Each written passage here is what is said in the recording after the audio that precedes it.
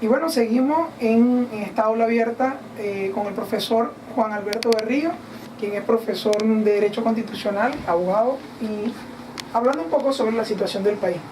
Me gustaría preguntarle, profesor, el presidente de Venezuela se ha pronunciado los últimos días sobre el tema de una Asamblea Nacional Constituyente.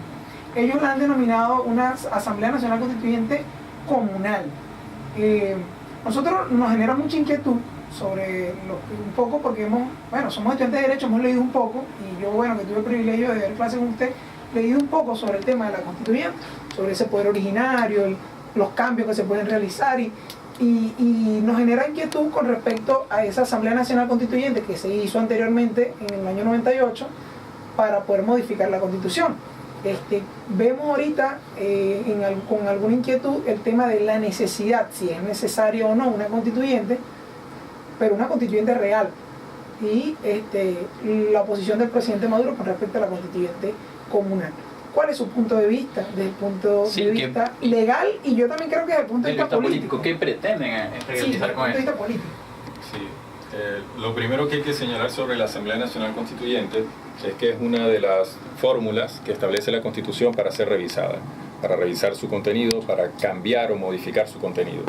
La Constitución establece que se puede cambiar a través de una enmienda, a través de una reforma o a través de una Asamblea Nacional Constituyente. La enmienda es una revisión parcial de la Constitución, algunos artículos, es decir, unos cambios muy puntuales, pero la enmienda no puede alterar, como dice la propia Constitución, su estructura fundamental. Estructura fundamental se refiere básicamente a que no puede haber cambios, por ejemplo, sobre el sistema de gobierno, sobre la forma de Estado, que es federal y descentralizado, democrático y social, de derecho y de justicia, ¿no? Y tenemos la reforma. La reforma es otra forma de revisar la Constitución, otro modo de revisar la Constitución. En este caso, obviamente, los cambios son un poco más complejos, ¿no? Pero tampoco pueden afectar el fondo, es decir, se pueden revisar capítulos e incluso títulos de la Constitución. Es decir, en cuanto a su extensión normativa es un poco más compleja. Y tenemos la Asamblea Nacional Constituyente, que, como dice el artículo 347, tiene como objeto transformar el Estado, ¿no? Con lo cual se pueden afectar efectivamente principios y estructuras fundamentales del Estado, como la forma de Estado federal y descentralizado, como el Estado democrático y social de derecho y justicia, como el sistema de gobierno, que no puede dejar de ser democrático, pero efectivamente puede haber cambios sustanciales en la concepción de la democracia, por ejemplo. Transformar el Estado, crear un nuevo ordenamiento jurídico o establecer las bases de un nuevo ordenamiento jurídico y, en definitiva, crear una nueva Constitución. Es decir, el resultado de la Asamblea Nacional Constituyente, forzosamente, debe ser crear una nueva Constitución, un nuevo texto constitucional, otro texto constitucional que va a reemplazar en todo la Constitución, en este caso en 1999, si se llega a dar esa Asamblea Nacional Constituyente. Ahora,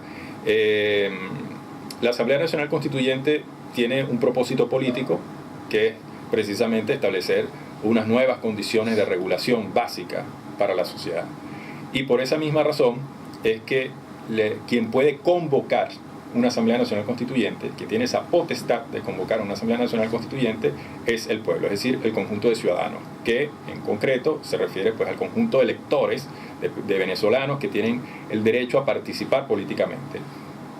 Y en este caso, por supuesto, el pueblo, como depositario de la soberanía, es por supuesto también depositario del poder constituyente originario, es decir, de establecer unas nuevas condiciones de regulación para la convivencia social. Eso consiste básicamente el poder constituyente originario, decidir sobre el destino social, político, económico, jurídico de la nación. Ese poder es un poder que solamente puede ejercer el pueblo. La Constitución, sin embargo, señala que pueden haber promotores de esa convocatoria.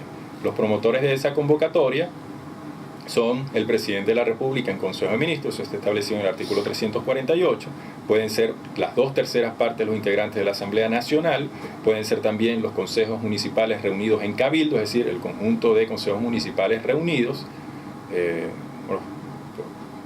conjunto de concejales de todos los municipios del país reunidos, y el 15% de los electores inscritos de venezolanos inscritos en el registro electoral.